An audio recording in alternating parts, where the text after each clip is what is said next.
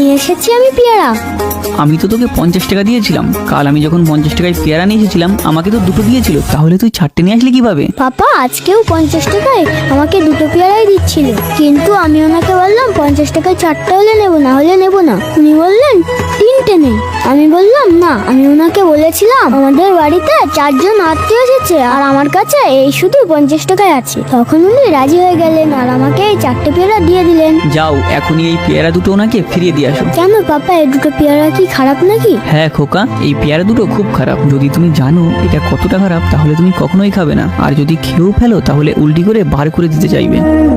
কোথায় খারাপ পাপা? এই পেয়ারা দুটি পাওয়ার জন্য তুমি যে মিথ্যা কথা বলেছো, সেই মিথ্যা কথাই এই পেয়ারা দুটিকে ভিতর থেকে নষ্ট করে দিয়েছে। এটা খেয়ে হয়তো তুমি কিছুটা শক্তি পাবে, কিন্তু আল্লাহর দেওয়া জ্ঞান যা তোমাকে ঠিক ভুল বিচার করার শক্তি দেয়, সেই জ্ঞান ফিকে হয়ে যাবে। তুমি কি চাও সারা জীবনের মতো কোনটা ভালো কোনটা মন্দ তা জানার ক্ষমতা হারিয়ে ফেলতে? না বাবা। তাহলে যাও আর এই পেয়ারা দুটি এখনই ফিরিয়ে দিয়ে আসো।